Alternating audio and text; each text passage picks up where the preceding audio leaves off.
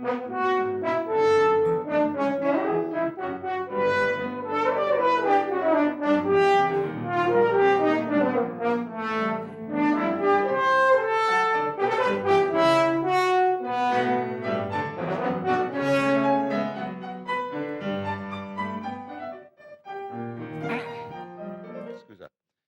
me, it's not dancing enough. It's too much of a march.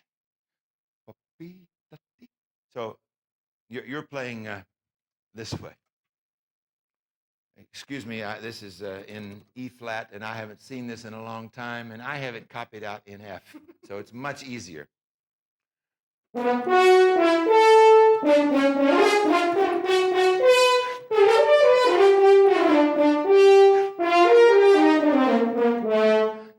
like that. It's too hard. It needs to be much lighter. Try it. Let's try it. One. You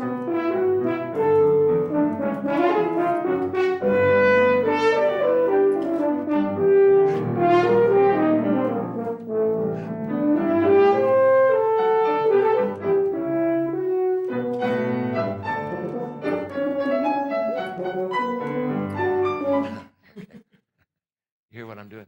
Less. More elegant. Think of it as elegant rather than a march. More late Mendelssohn, not early Hitler.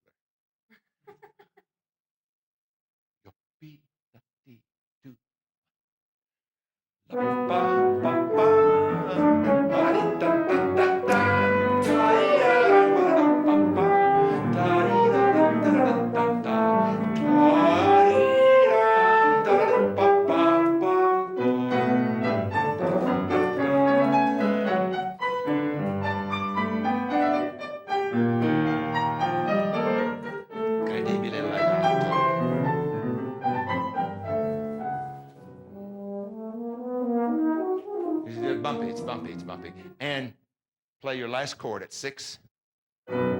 Hold it. The next note.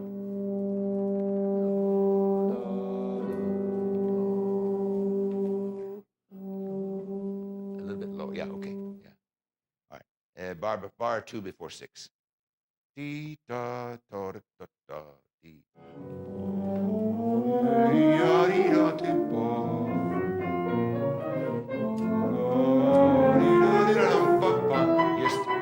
Wait a minute. Now you're going faster, and this is what's happening.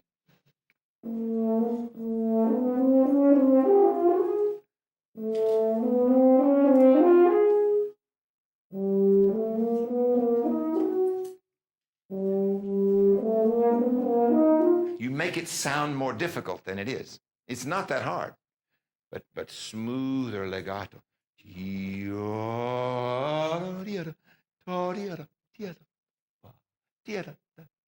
Okay? 6, 2, 1, 2.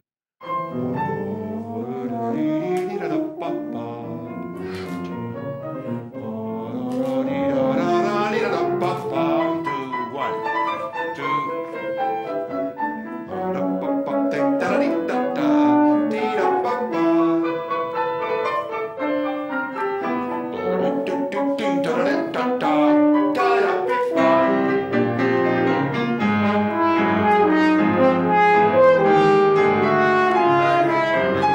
This is Hindemith's attempt at jazz, but yours is still plodding.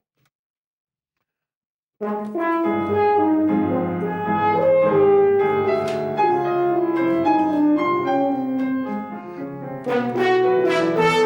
you can play a little more fiery, okay? At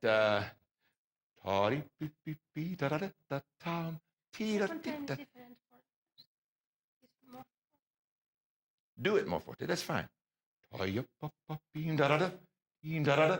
Things like little things like that.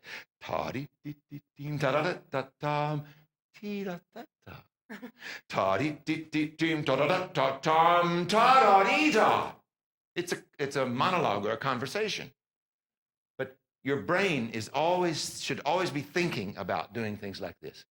Let me tell you a story. You heard of the pianist Daniel Barenboim? You like him? Yeah.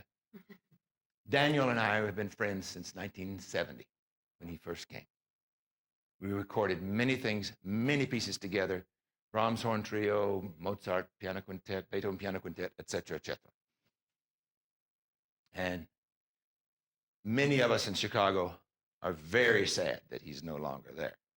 Very sad.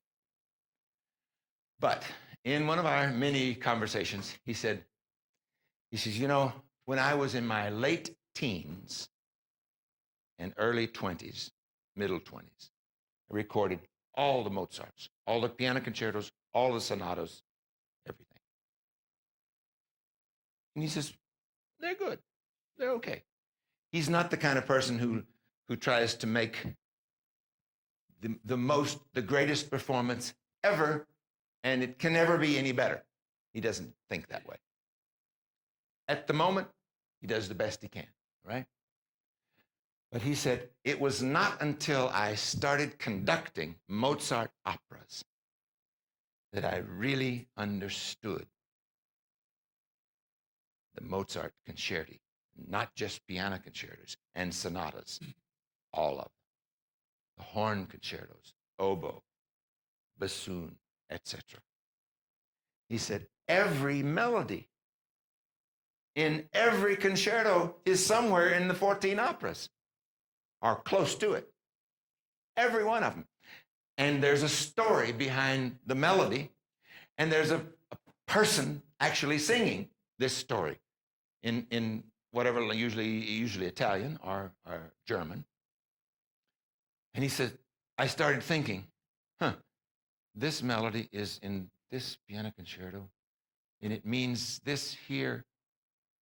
He said, my thinking turned almost 180 degrees from what it was before I did Mozart operas to after the Mozart operas. You understand? So I would never miss playing a concert where he plays and conducts Mozart. Never. And I sit and watch him, you know. And it's not just notes, ever. It's always a story is going on in his mind, and I can hear what he's thinking. It's a question or an answer, or it's a statement, or it's just a comment. It's a female singer or a male singer.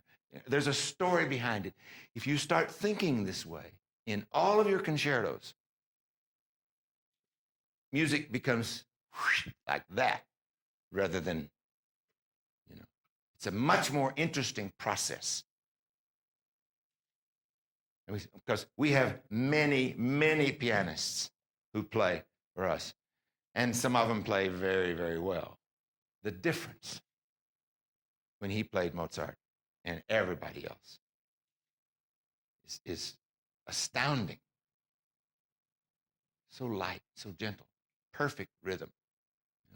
And he does a little improvisation, and he doesn't make a deal out of it. He just does it. So anyway, that's my story. That's what you need to be thinking about.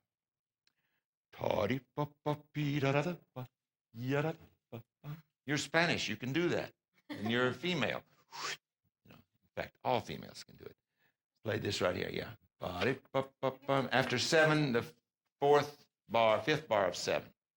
2, 1.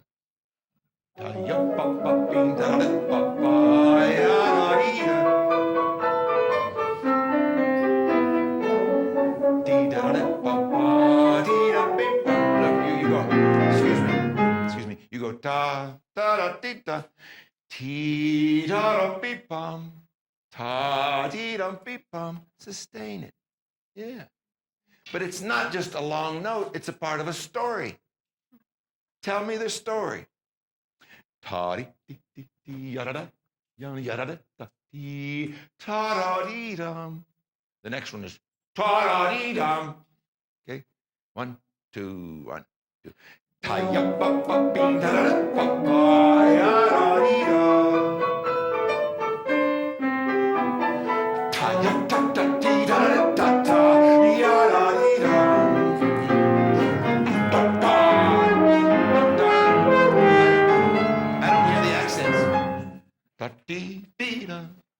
And it's an accent on that note.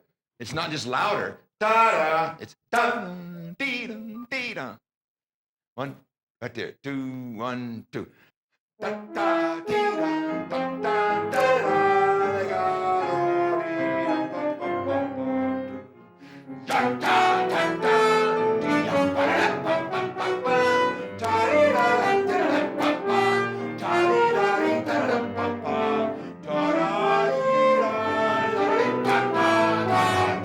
Yes, this is much more interesting. Now you got more dynamic contrast, much more articulation contrast. There's a marvelous word in Italian, I don't know if you have it in Spanish, called slancio. You know, it's like something like risk, but with flair. Who speaks French? Qui parle français? Élan. Joie de vivre. I need to hear that. I mean, you have it in your soul. You're Spanish, right? So let's go. Okay.